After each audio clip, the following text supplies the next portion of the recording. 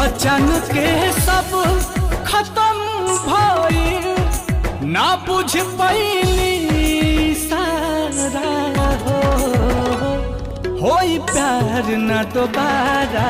हो, होई प्यार ना दोबारा हो, होई प्यार ना दोबारा हो, होई प्यार ना दोबारा